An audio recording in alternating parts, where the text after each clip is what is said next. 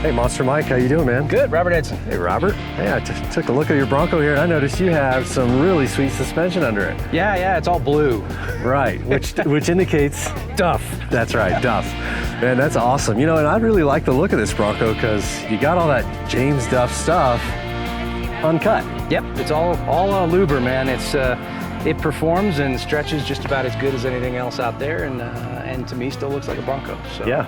So have you got a chance to really take it out on the trails and stretch it out? Yeah, I've stretched it out quite a bit, and I let our tin cup run yesterday and got off a couple of the waterfalls, and I've got some pictures. We put it on the forklift at the shop a couple of months ago, and got it really twisted up. You're and, pretty pleased? Performed really well. Excellent. So I'm excited to get the new springs kind of softened in and rode in, but even with that 5.5-inch lift, it rides pretty darn good. It really does. You know, it really looks good. It's got, what, 33s? Yeah.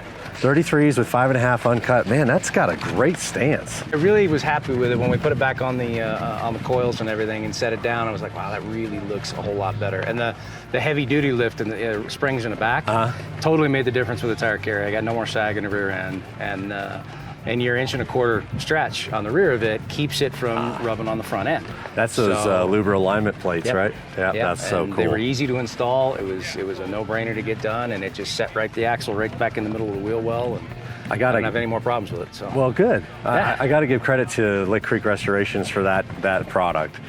They do a lot of builds, and they have builds like yours, and they're like, man, we got to figure this out. Yep. And so we helped. We actually collaborated with them, and then James Duff's producing them. Yeah, they're great. Yeah, they're easy to install. Part quality is just what I've come to expect from you guys. It's all fantastic. And well, so the rundown is now a 5.5-inch James Duff Monster suspension. It's got the long arms, it's got the long travel E-springs. Are you running any type of anti-wrap device on the back? No, that's next. I'm going to do the bolt-on torque tamer on the rear end. I didn't want to do any welding on it yet because my welding skills are kind of like Blue's Clues. So, but I'm excited to have a bolt-on version of it. So I'm going to get that put in the front. It's got the dual shock hoops in the front and ear shocks all the way around too. It's just good quality stuff. So how did you come across this Bronco? And is it your first? This is. I was a Jeep guy. I'd built crawlers for years and years and years and years and years. And when I was growing up, my uncle had a 74. And I always just loved it.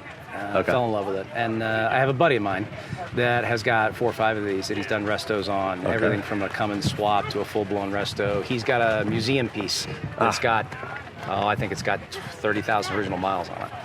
And I called him and decided I sold my last Jeep. I was like, I want a Bronco. And I'd found one out in the barn. Okay. And I was like, I want you to come look at this thing. And he's like, you know what? I've got a rig I'm not going to get to. He'd picked this up in Arizona. This was originally a Forest Service rig for Arizona. Okay. And it's a 75, built here, early 75.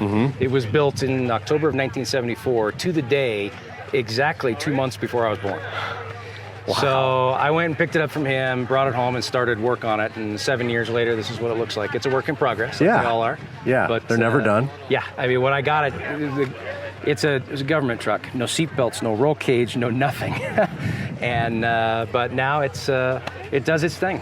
So being a Jeep guy first, why Bronco? Were they outclassing you? No, not with the stuff we were building, but I got to tell you, there's a whole hell of a lot more character. Okay. And the one thing above anything else is this. It's the community of Bronco owners anywhere really in the world, but especially here in North America, the community of Bronco owners.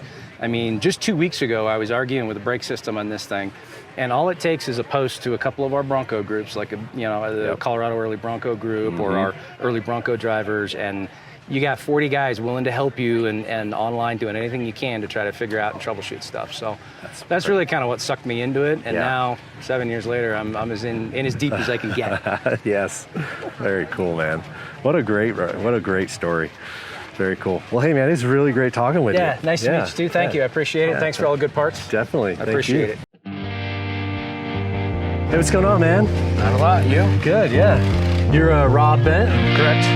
So, Rob, tell me, what year is this Bronco? 1974. You know how many people want to know the year of a Bronco, even when it's the first gen? Yes. Everybody asks, what year is it? What year is it? What year is it? You're like, what's different? Yeah. It's the first gen. Yep, exactly.